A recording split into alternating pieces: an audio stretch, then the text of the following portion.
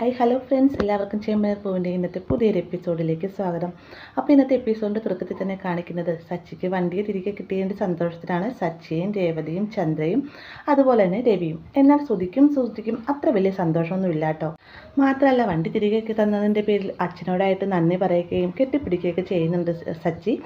അന്നേരം രവീന്ദ്രൻ പറയുന്നുണ്ട്, നന്ദി എന്നോടല്ല നീ പറയേണ്ടത്, അന്ന് രേവതി മോളെ എല്ലാ സത്യങ്ങളും പറഞ്ഞതുകൊണ്ടാണ് എനിക്കിപ്പോൾ നിനക്ക് നിൻ്റെ വണ്ടി തിരികെ തരാൻ സാധിച്ചത്.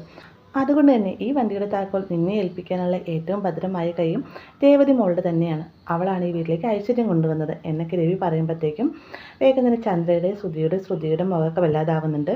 അതിനുശേഷം രേവതിയുടെ പക്കൽ നിന്ന് സച്ചി താക്കോൽ മേടിക്കുകയും ചെയ്യുന്നുണ്ട് കേട്ടോ. അതിനുശേഷം കാണിക്കുന്നത് മുറിയിലേക്ക് ചെന്നതിന് ശേഷം സച്ചിയേന് അച്ഛൻ വണ്ടി എടുത്ത് കൊടുത്തുവെന്നും സച്ചിയുടെ സന്തോഷം കണ്ടപ്പോൾ എൻ്റെ കണ്ണ് നിറഞ്ഞു എന്നൊക്കെ പറഞ്ഞുകൊണ്ട് രേവതിയുടെ അമ്മയെ കോൾ ചെയ്തുകൊണ്ടിരിക്കുകയാണ്. അപ്പോൾ ഇതെല്ലാം കേട്ടുകൊണ്ട് സച്ചി റൂമിനുള്ളിൽ തന്നെയുണ്ട് കേട്ടോ. എന്നാൽ സച്ചി അവിടെ നിൽക്കുന്നത് രേവതി കാണുന്നില്ലേ. കോൾ കട്ട് ചെയ്തതിന് ശേഷം സച്ചി അങ്ങോട്ടേക്ക് വരുന്നത് കാണുമ്പോഴത്തേക്കും രേവതി സച്ചിയായിട്ട് എൻ്റെ സച്ചിയായിട്ട് നോക്കുന്നത് എന്ന് ചോദിക്കുമ്പോഴത്തേക്കും എൻ്റെ പേഴ്സ് കാണുന്നില്ല, ഞാൻ ഇവിടെ വെച്ചിരുന്നു, നീ ഒന്ന് എഴുന്നേറ്റ് എന്ന് പറയാണ് കേട്ടോ. വേഗം തന്നെ രേവതി പറയുന്നുണ്ട്, എന്നെ എന്തോരം എഴുന്നേൽപ്പിച്ചാലും നിങ്ങൾക്ക് ആ പേഴ്സ് കിട്ടാൻ പോകുന്നില്ല, കാരണം പേഴ്സ് നിങ്ങളുടെ പോക്കറ്റിൽ തന്നെയാണുള്ളത് എന്ന് രേവതി പറയുമ്പോഴത്തേക്കും ഒരു ചമ്മി നോട്ടത്തോട് കൂടി തന്നെ രേവതിയെ സച്ചി നോക്കുന്നുണ്ട് കേട്ടോ. അതിനുശേഷം രേവതിയോടായിട്ട് നീ എന്നെ കൈ നീട്ടിക്കേ എന്ന് പറയാണ്.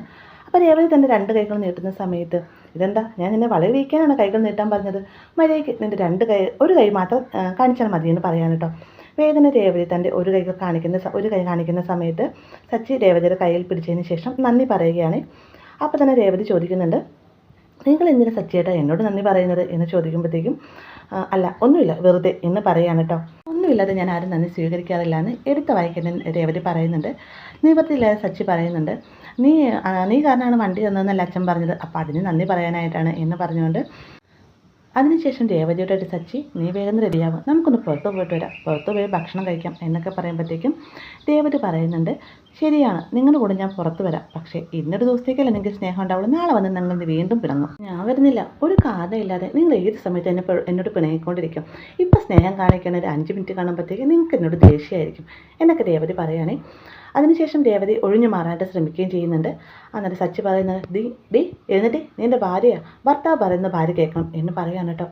വേഗം തന്നെ ഒരു ഞെട്ടലോട് കൂടിയിട്ടാണ് രേവതി പറയുന്നുണ്ട്, ഓഹോ നിങ്ങളാണല്ലേ എൻ്റെ ഭർത്താവ്, ആ ശരി ഞാൻ വരാം, പക്ഷേ ഒരു കാര്യമുണ്ട്, ഞാൻ പറയുന്ന സ്ഥലത്തേക്ക് ആദ്യം പോയതിന് ശേഷമേ നിങ്ങളുടെ കൂടെ ഞാൻ റെസ്റ്റോറൻറ്റിലേക്ക് വരുള്ളൂ എന്ന് പറയാൻ കേട്ടോ. അത് സച്ചി സമ്മതിക്കുകയും ചെയ്യുന്നുണ്ട്. അതിനുശേഷം ഇരുവരും കൂടി വണ്ടിയിൽ പോകുന്ന സമയത്ത് എങ്ങോട്ടാണെന്ന് അറിയാതെയാണ് സച്ചി വണ്ടി ഓടിക്കുന്നത്. രേവതിയോട് പലതവണയായിട്ട് ചോദിക്കുന്നുണ്ട്, എങ്ങോട്ടേക്ക് നീ പോകുന്നത് എന്ന് പറയുമ്പോഴത്തേക്കും നേരെ റൈറ്റിലേക്ക് പോയി എന്നൊക്കെ അല്ലാതെ രേവതി വേറൊന്നും തന്നെ പറയുന്നില്ല കേട്ടോ. അവസാനം ഗതി കെട്ടി സച്ചി ചോദിക്കുന്നുണ്ട്, നീ എന്താ എന്നെ തട്ടിക്കൊണ്ട് പോവുകയാണോ എന്ന് ചോദിക്കാൻ കേട്ടോ. ആ സമയത്ത് രേവതി പറയുന്നുണ്ട്, തട്ടിക്കൊണ്ട് പോകാനോ, നിങ്ങളെ തന്നെ എന്നോട് ചോദിക്കാൻ സച്ചിയേട്ടാ ഇത്, പിന്നെ നിങ്ങൾക്ക് മനസ്സിന് സന്തോഷം നൽകുന്ന ഒരിടത്തേക്കാണ് പോകുന്നത് എന്ന് പറയുമ്പോഴത്തേക്കും സച്ചി വേഗം പറയാണ്, എനിക്ക് മനസ്സിലായി, നമ്മൾ ബാറിലേക്കല്ലേ പോകുന്നത്, അവിടുത്തെ ഫുഡും നല്ലതാണ് എന്നൊക്കെ സച്ചി പറയുകയാണേ. അപ്പോൾ തന്നെ രേവതി പറയുന്നുണ്ട്, മിണ്ടായിരിക്കുന്നുണ്ട് സച്ചിയേട്ടാ, നിങ്ങൾ നേരെ നോക്കി വണ്ടി ഓടിക്കും എന്ന് പറയുകയാണേ. പിന്നീട് കുറച്ചു നേരം ചെല്ലുന്ന സമയത്തേക്കും ഒരു കച്ചവടക്കാരെ കാണുമ്പോഴത്തേക്കും രേവതി വേഗം വണ്ടി നിർത്താൻ പറയാൻ കേട്ടോ. അപ്പോഴത്തേ സച്ചി ചോദിക്കുന്നുണ്ട്, ഈ പൂ മേടിക്കാനാണോ നീ ഇവിടെ എന്നോട് വരാൻ പറഞ്ഞത് എന്ന് പറയുകയാണ്. വേഗം വണ്ടിയിൽ നിന്ന് ഇറങ്ങിയതിന് ശേഷം രേവതി പൂക്കൾ മേടിച്ച് അത് 2ആയി കട്ട് ചെയ്യുകയാണ്.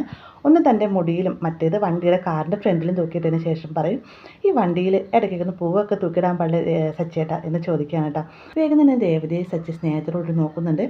അതിനുശേഷവും രേവതി നേരെ വണ്ടി വിടാനായിട്ട് സച്ചിയോട് ആവശ്യപ്പെടുകയാണ് കേട്ടോ. എങ്ങോട്ടാണെന്നറിയാതെ ആകെ അങ്കലാപ്പിലാണ് സച്ചി ഉള്ളത്. എന്നിരുന്നാലും ഉള്ളിനുള്ളിൽ സന്തോഷമുണ്ട് കേട്ടോ.